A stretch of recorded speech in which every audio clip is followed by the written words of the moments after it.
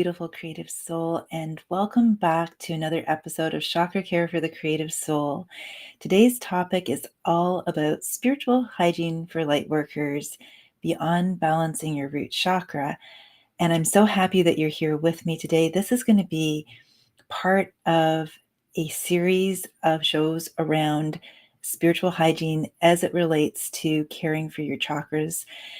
And hello, I'm your host today, Pollyanna Blanco, and I am a quantum energy healing practitioner, a light worker at heart, a chakra dance facilitator, a sacred self-care coach and guide, and creative midwife. And I'm so happy to be here with you unpacking this topic today because at Chakra-Care for the Creative Soul, it's all about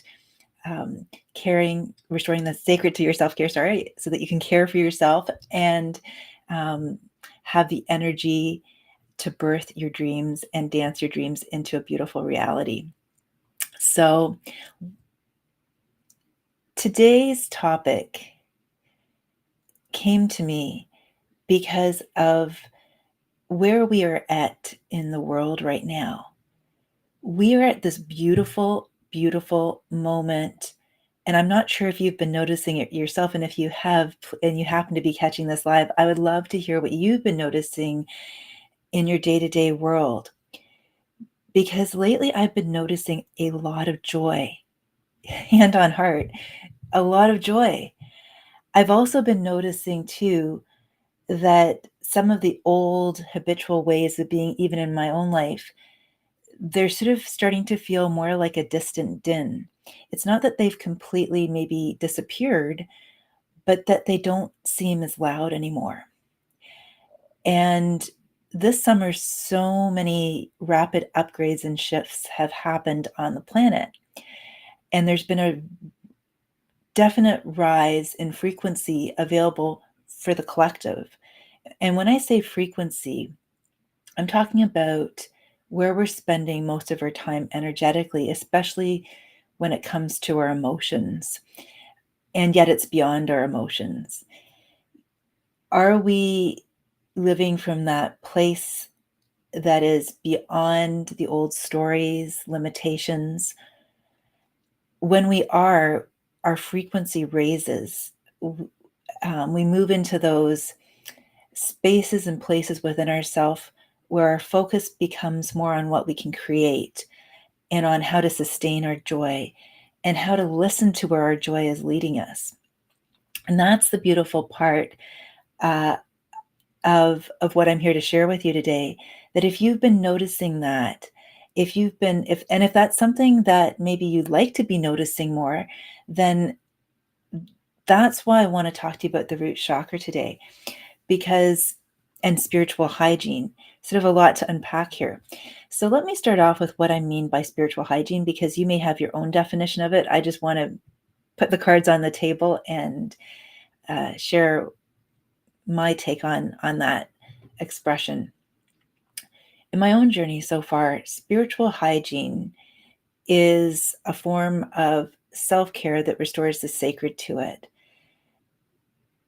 Simply put, it's caring for our energy. It's noticing who we are beyond our personality, beyond, just what we think about everything that's happening in our life.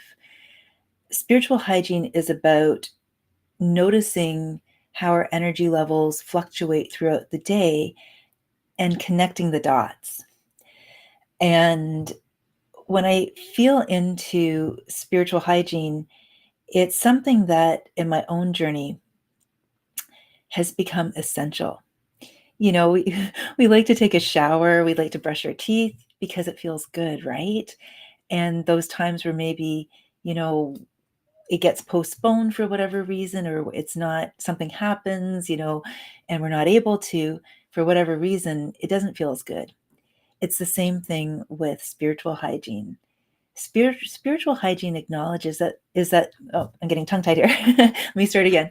Spiritual hygiene acknowledges that we are so much more than just a physical being. We're an energetic being. We're a being of light. We have a light body, an energy body around our physical body. And that when we care for this energetic container that, holds our physical form in place, that's when we can start to really notice that feeling of renewal, that feeling of restoration, just the same way we do after we've taken a shower and cleansed our physical body or brushed our physical teeth. So, spiritual hygiene is something that I practice every day, and there are many different ways I practice it. And I'm going to start to unpack and just share with you what I've been learning along the way with the intention that it may help you as well. And I also would invite you to share what's been working for you, what's been helping you. And in my own experience, and I'm sure in yours too, there's so many different ways out there. So part of my intention of running this series is just to invite you to consider the abundance of choices that are available for you and to normalize them as well too, because we've normalized taking a shower and brushing our teeth and washing our clothes. Why not normalize this as well too? Because right now, as I shared at the beginning of the show, we're on the new earth right now, and it's a joyous time. And yes, there are still things going on in the world that don't seem to be in alignment with that or matching that experience, that energetic frequency. And yet, it's the light workers on this planet who have been doing their inner work, who have been hearing the clarion call to do that deep dive on a soul and spirit level, and to ascend beyond the game board and really turn those lemons into lemonade, I guess is what I want to say, in our lives, and claim the gifts and the abundance and the growth. And I want to, from my heart to yours, thank you. Because if you identify with being a light worker, your soul signed up for a whole host of different experiences, and you've been paying your dues. You've been riding the roller coaster of life, and you're ready to take all of that wisdom you've been gaining through being willing to look beyond the surface level of things, to really support everyone on this planet, to support the planet itself, and to uplift the collective. And in a lot of cases, for so many of us, it's been kind of hard won. Let's be honest, it's been hard won. There have been many times in my own journey I've wanted to throw in the towel. I've wanted to just talk myself out of it, and I almost have at times. I've almost wondered if it makes a difference, if that drop in the water actually is rippling far enough out. And I'm so happy and grateful that I am still here sharing this with you, feeling inspired, feeling joyous, because all of us linking arms, all of us working through whatever we've been working through in our own unique ways with our own unique approaches is what's brought the collective to this moment. And it's going to continue to keep expanding and emerging. And so, yes, root chakra. Now, what I want to share with you is, you know, if you're watching this, gosh, because it's airing to my channel, Multidimensional Muse, as well as Oneness Talk Radio. If you're a Oneness Talk Radio viewer, you're probably more than familiar with the root chakra. If you're watching on Multidimensional Muse, the root chakra might be something you've heard of or even be a little familiar with. It might be newer to you.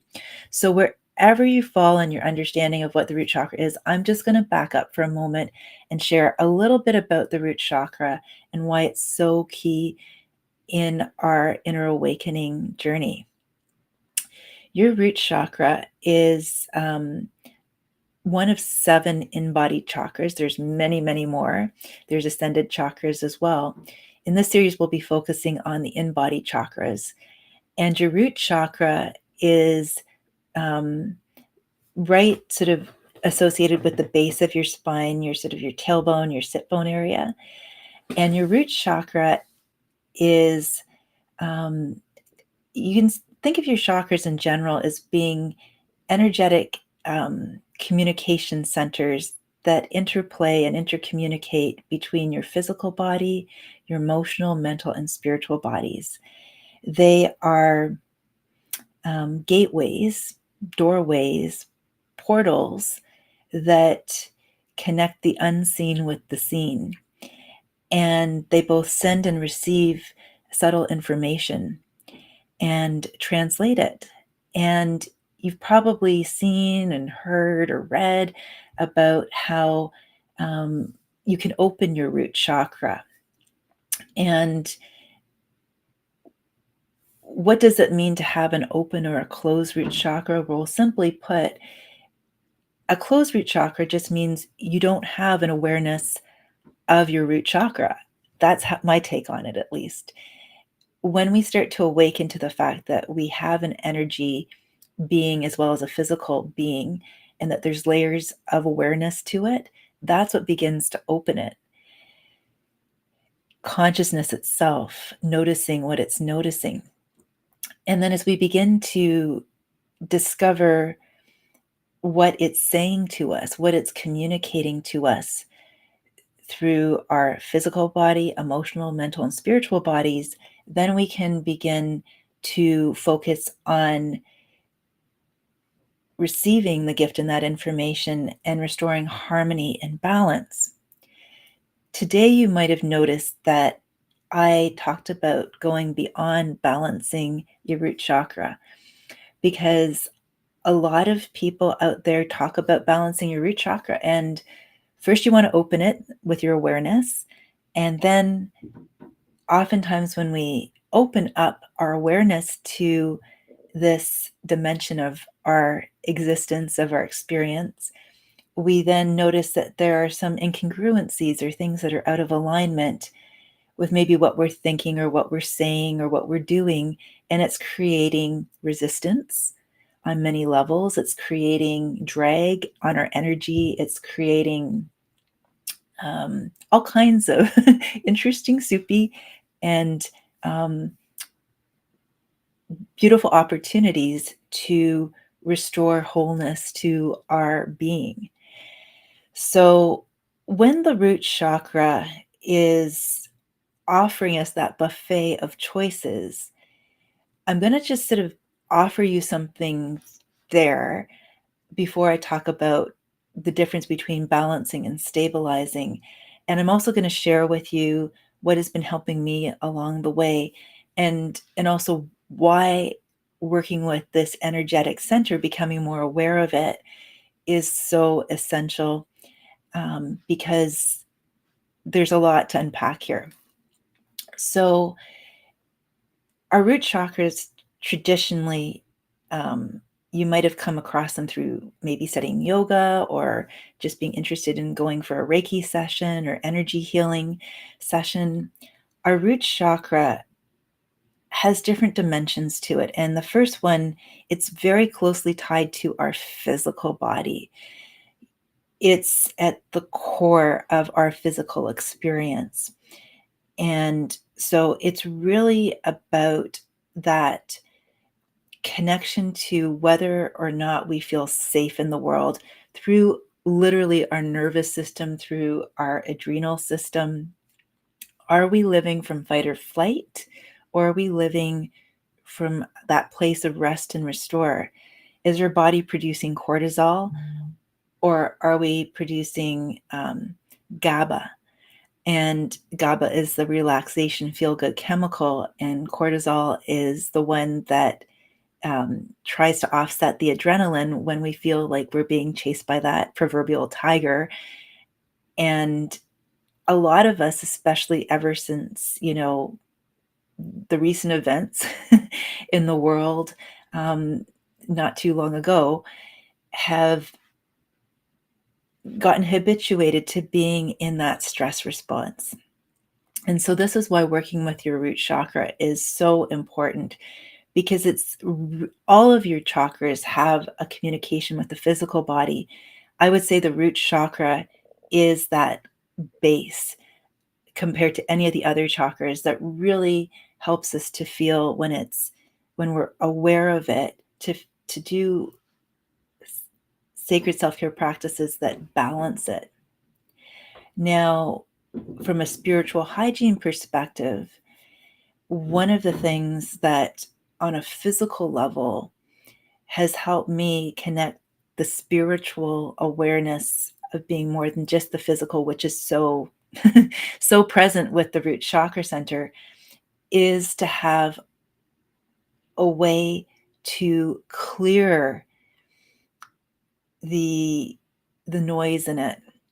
And by noise, I mean it could be anxiety, could be fears, worries, doubts, hesitations, and create some spaciousness in there so that the nervous system can calm down, so that the nervous system can begin to restore equilibrium and heal and replenish itself.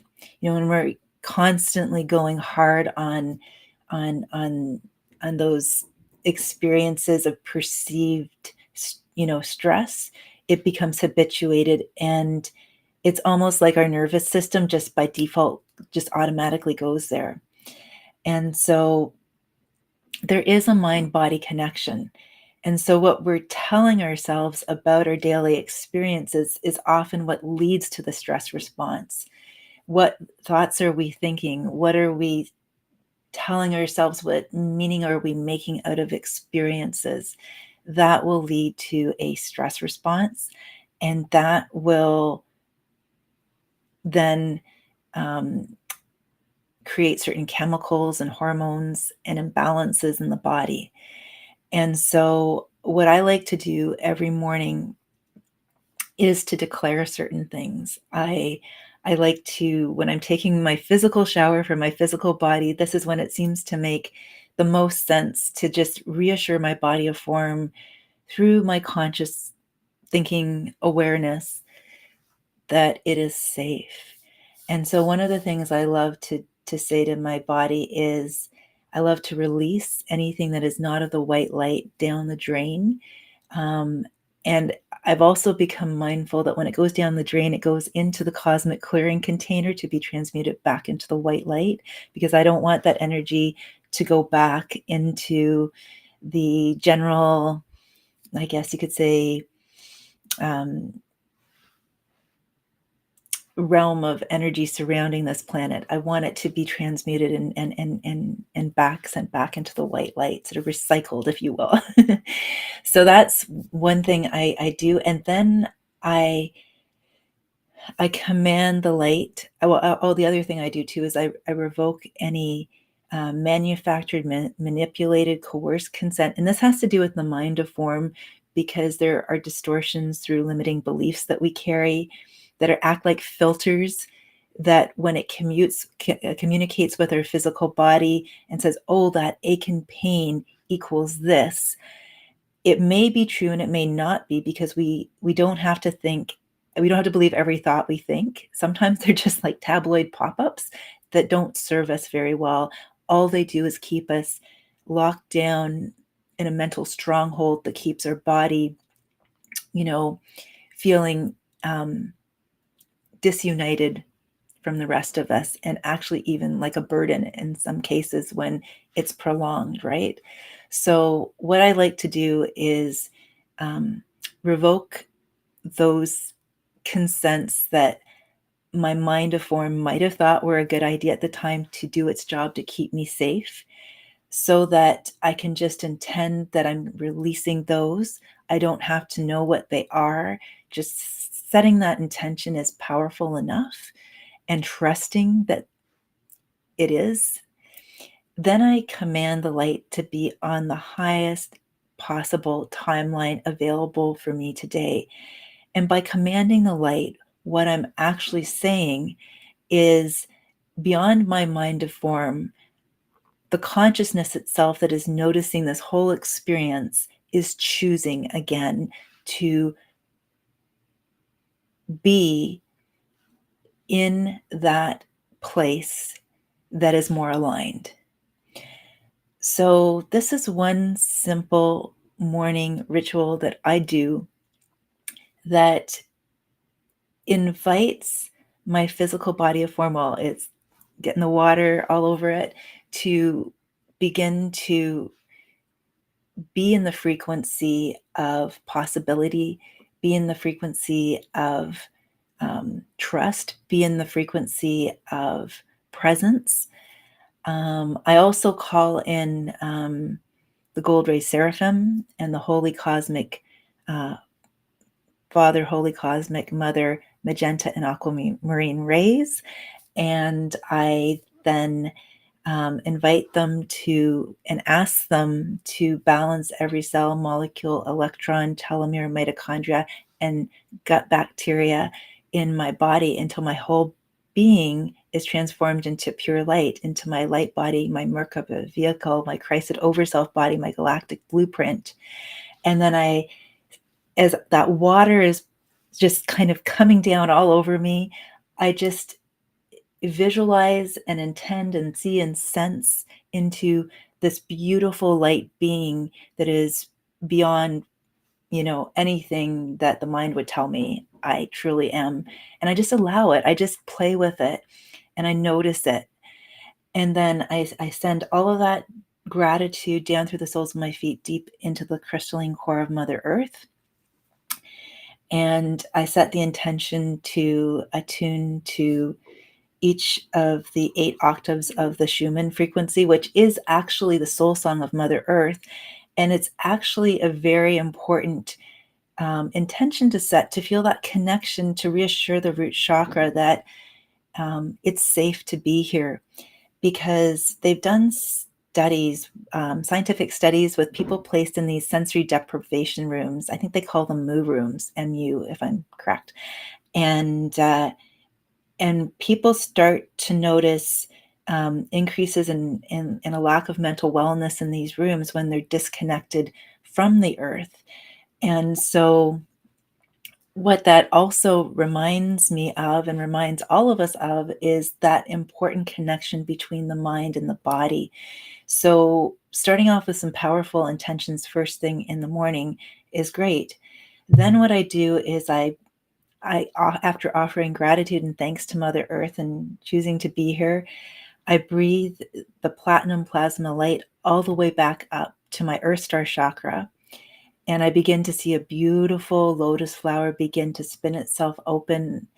It's usually in one direction, but I just trust whatever that direction is. And then I see this beautiful sort of tube of light coming up.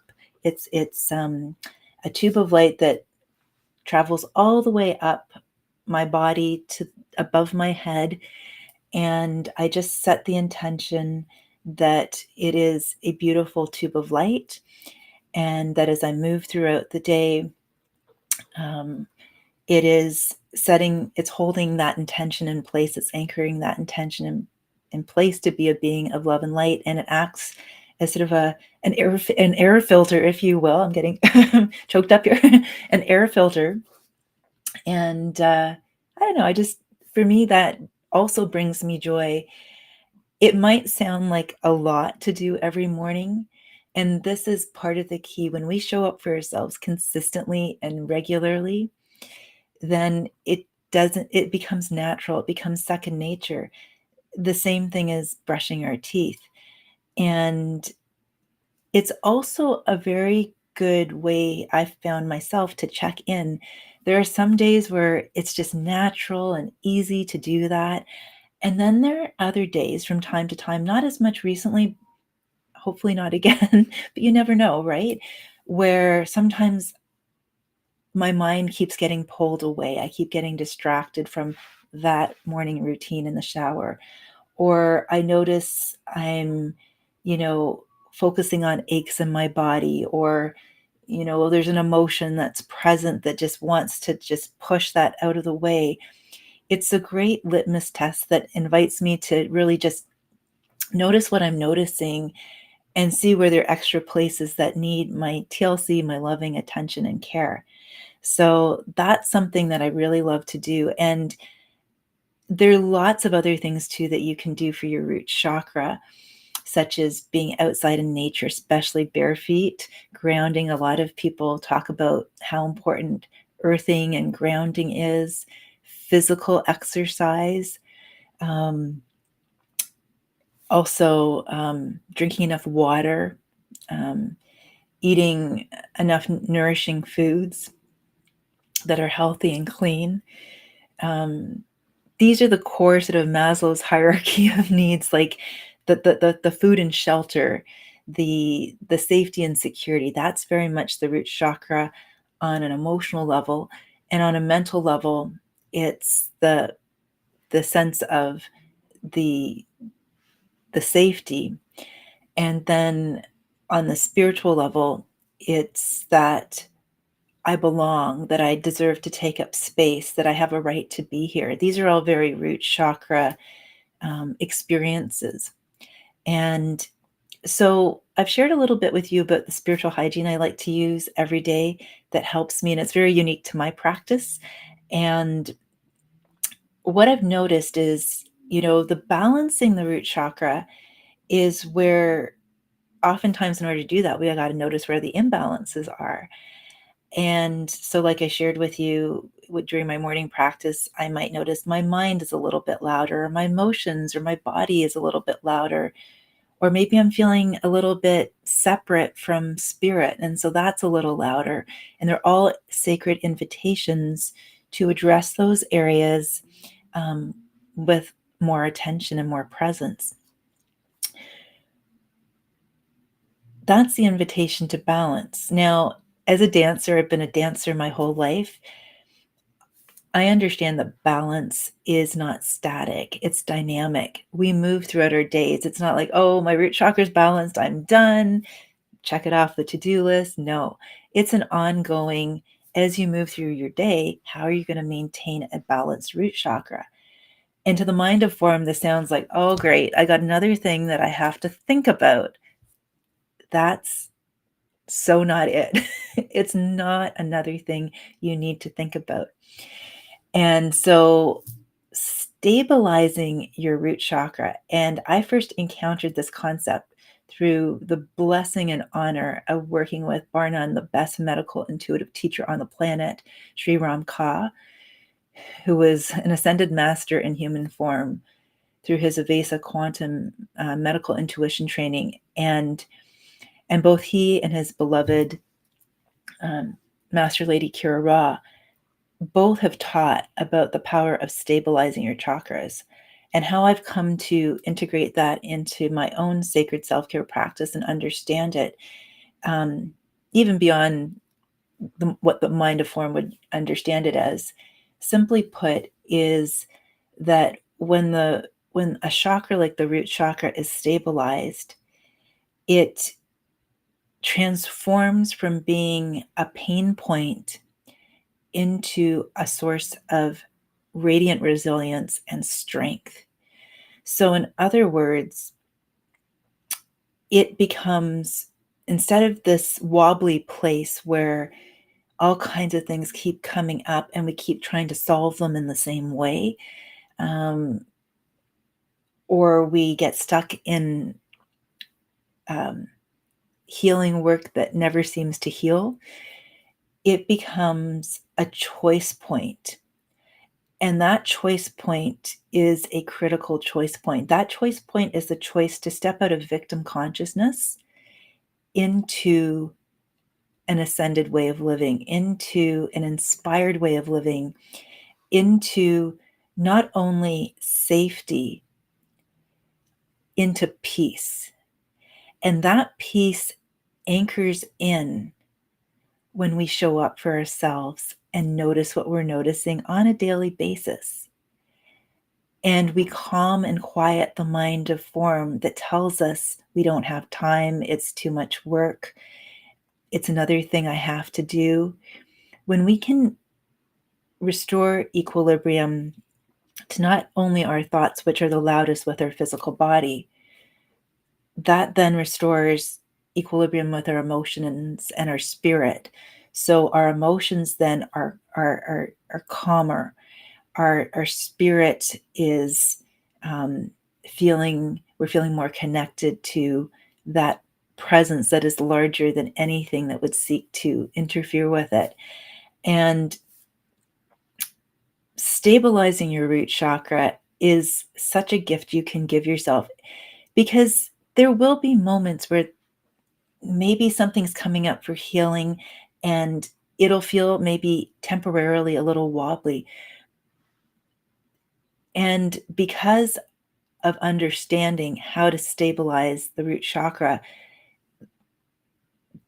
there will be the capacity within your presence to witness that for what it truly is, a healing, wanting to be integrated into a fuller expression of who you are as someone who is choosing to be anchored in peace, as opposed to feeding the story that is more fear-based, that something's happening to you, disrupting your peace. That's the distinction.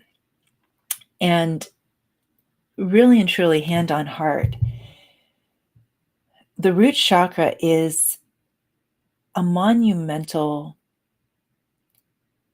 upgrade for so many people on the planet to really grasp what it means to not only be aware of your root chakra, be aware that there are things that are calling for extra love and presence through it as it communicates all kinds of things with and to you and for you. It's also, when you begin to stabilize it, a gateway, a portal into building a solid, stable presence that will lift beyond this body of form and hold open all the potentialities that are available for you now from that place of truly knowing it beyond the fear, worry, and doubt. And so, one of the reasons I also feel called so deeply and strongly to share my unique take on the root chakra and why it's about going beyond just balancing it to stabilizing it is because right now, and I've felt this since I was a teenager, we're living at a time of creative revolution. And the only reason I say revolution is because the last revolution we had was a scientific one. And it just sort of, you know, sequentially feels like the next version of that huge paradigm shift that we had many moons ago, which we dubbed the scientific revolution. Revolution no longer energetically feels for me like the correct word choice to use. I just use it to build that bridge in the moment as I'm sharing it. It's a creative emergence. Right now, there is so much emerging and rebirthing through us as we remember the truth of who we really are and anchor in human form. This is why caring for your root chakra is essential if you want to choose to experience the new earth. We always have the option to still stay where we've always been. And that's great too, because it's all serving everyone and everything so well to be where they choose to be. And creativity is something that I'm passionate about. Not only have I been a visual arts teacher now for 27 years, I'm also a chakra dance facilitator where there's mandala art. And my understanding of creativity is it's so much more than artistic. And yet for me, it was my artist soul that first initiated me into an experience of the connection between creativity and spirituality and even science. And so I share all of this with you because another thing that's birthing through me right now that I'm really excited to share with all of you is a new offering that is going to be coming up beginning of October. And it's tied to a very important moment that I'm excited to share with you. 10 years ago, this book birthed In Rhythm with Your Soul, Break Through the Barriers to Being Creative, because it is an example of 10 years of my journey of awakening to the power of my chakra system, and through that, my energy bodies, my divine mastery presence through the beautiful work of Master Lady Kira Ra and Sri Ram Ka, who are on Oneness Talk Radio, and that's why I'm here, thanks to them. This book, I'm going to be forming a book club, and it's because this book is something that I felt divinely inspired to create. It called to me before I even knew what it was. It literally was a birthing process where I trusted that there was a book in me, even though I had no idea what it was about. That it took me 10 years. I don't want it to take you 10 years to trust your creative impulses, to unwind those spaces and places inside of you that would seek to keep you outside and disconnected from the greatest gifts you have to offer as a light worker on this planet, or stuck in healing work without tasting the joy to the fullest extent that you can, that comes through really being in your creative flow. You know, so many times this book, I threw in the towel. Like, that's the truth. This book is a miracle book in and of itself. I can't tell you the number of times I started writing it and then toss it aside. The first few pages I wrote, I crumpled up into a little cat ball and tossed it in the direction of my cat, Magoo, and it was just like, okay, this isn't happening through me. It was through the grace, the trust, the unwinding of those spaces and places inside of me that this book birthed. And it was in tandem with also experiencing it on a physical level as a dancer at the time, because I was a pro-am competitive ballroom dancer for 13 years. And that call to dance, which I talk about in my book, was so much more than about the dance. It was a metaphor for life itself. It was a desire to return to a state of wholeness, to feel in harmony within myself, to not feel that internal conflict or resistance or rub, and to dance literally like no one was watching, and to move through not only my dance routines on the dance floor, but my life like that. And so in tandem, the book emerged from that experience. And so that experience helped the book to emerge. And this is something that is so important for us to understand as light workers, that all the inner healing work, all the challenges and experiences that our soul called into our experience in this lifetime are because there's something that wants to really emerge through us. So this is where the self-care piece comes into. Self-care is so essential if you're a light worker, because you have a big heart and you have big dreams. And sometimes it can be so easy for that to take on a life of itself, and it's a powerful soul mirror. It can be like an undertow that pulls us down if we're not mindful of what's really going on, and we can burn out. That candle that's lit, that spark that's we're fanning the flame, can also burn. So it's finding the balance of how to channel and direct and guide that internal creative impulse into a flame, into a passion, into a purpose, into a gift that we share with the world, while caring for ourselves through the birthing process. And I can't wait to start the book club. There's going to be lots of other aspects to it that I'm building into it, because I feel like now is the time, as we approach the equinox coming up on September 21st. What's so loud for me is any single person who's watching this, who feels called to watch this video live or on the replay, is someone who knows there's something inside of them, and there's most likely been something stopping you from really just taking that leap of faith and going out there.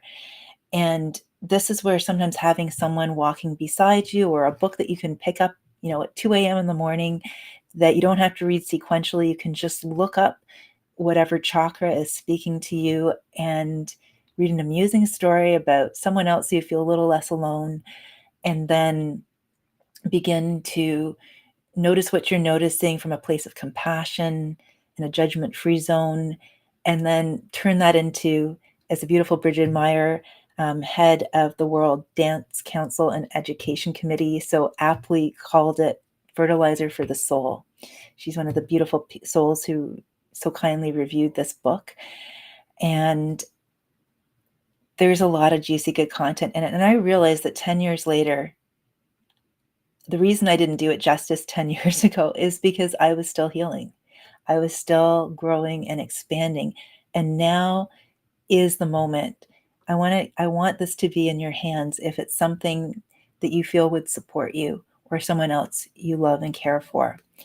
And I have a limited number of them, and when they're gone, they're gone. That's it. There'll be no more, and they'll be a rare book. And so this is why I want to get it out now at this peak up-level moment where humanity is rebirthing itself, and you came here to shine your light bright. You know, in the special offering, the book club I'm going to be hosting, there is also a really key, important piece to the inner awakening journey, the creative journey that not a lot of people, actually, hardly anyone talks about, quite frankly. A lot of people talk about inner child healing, which is super important. A lot of people talk about, subpersonalities if you get into psychology, and they talk about it in other ways in spiritual circles, the inner critic, all that stuff, which I do mention in here too. But there's one other key essential piece to the creative journey. Jung talked about it, and it's been so important and key to understanding my own inner creative emergence journey. And I want you to know about it too. I'm going to be sharing that in the book club because it's made a world of difference for me. It's helped me to reframe how I see those roller coaster moments and how to embrace them as gifts. And I'm sure it will help you too. And it will activate that awareness that in you that will really catapult you beyond the limitations that the mind of form is seeking to keep you stuck in. So stay tuned for that. I'm going to be sharing more in upcoming lives on Sunday here at Chakra-Care for the Creative Soul. If you would like an advance copy before the book club, please reach out to me at info@pollyannablanco.com, and it would be an honor and a pleasure to send you a copy of this book signed if you'd like. and you can start dipping into it. There's so much in it. It's not your conventional chakra book. It's not your conventional dance book. It's about dance as a metaphor for life. So whether you're dancing on the dance floor or off the dance floor, it's a very hybrid, unique book. There's no other book like it out there. And I won't go so far as to say it was channeled, but I will say this, that I could only write between certain hours while holding an angelite rock when I was writing. And then the tap would turn off at a certain point and I couldn't write anymore. I tried writing other times of the day and it wouldn't come through. So this book is really unique. This book wasn't something that I wrote. It's something that was written through me. And that's all I need to know. And that's all I need to trust. And it was a labor of love. I had 12 final versions of it. And I had 2 editors work on it because that's how much care and love and thought I put into it.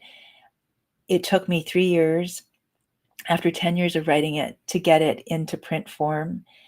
And on top of that, I read the whole entire manuscript backwards, lovingly, to tend it, to pull out the weeds. And yes, so this book here is one of my creative babies, and she's ready to leap out into the world. 10 years ago, I didn't do her justice. Now it's time. Now it's time. So I hope it's something that serves you really well on your journey. And I encourage you to leave me a comment below or email me at info@pollyannablanco.com. Sorry. It's also, if you look below, it's below this video as well too. So before I close, I just want to share with you that, one of the biggest awarenesses that's been ever present for me over the past several weeks is how important it is that we acknowledge that there is a source that we all have access to right here and right now in this moment. Hand on heart, deep breath in.